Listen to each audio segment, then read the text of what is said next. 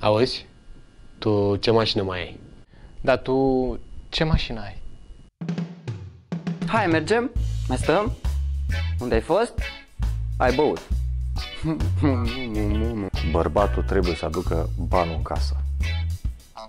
Hei, ce faci? Ieși în oraș? Nu duci tu gunoiul?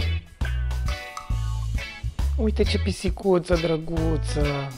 Ce drăguț ar fi să avem și noi o pisică. Ești drăguț așa, arăți bine, dar burta aia a ta parcă are o burtă a ei. Mai mergi și tu la sală? Auzi, dar tu de ce nu bei? Nu ești bărbat dacă nu bei.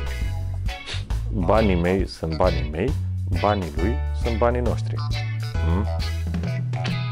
Hai, trebuie să înveți ca să poți să muncești, să fii stâlpul familiei, al societății, să aduci bani acasă. Dacă n-ai casă și mașină, nu ești bărbat. Mă, ai 30 de ani deja, când te însori și tu să-ți faci și tu un rost? Mă ieși pe mine puțin în brațe? Nu. Mă iubești? Da. E așa că am mai slăbit? Da. Cum adică n-am făcut bine? Ești misogin? Da, când o să ai și tu o viață de bărbat matur, o să știi să pornești un aragaz. Hai, bă, fii bărbat, nu mai plânge ca o muiere. Dar și eu sufăr. Tu ai 30 de ani și încă lipești abțibilduri cu fotbaliști în album? Tot copil ai rămas. Da, nu-i nimic. Mă rog, alți bărbați colecționează vinuri scumpe, dar... Nu știu ce să facem. Ia-te o hotărâre că tu ești bărbat.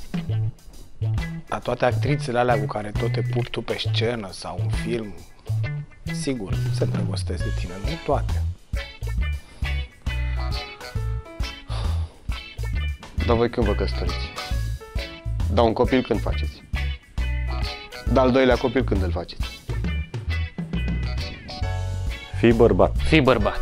Fii bărbat. Fii bărbat. Fii bărbat. Fii bărbat.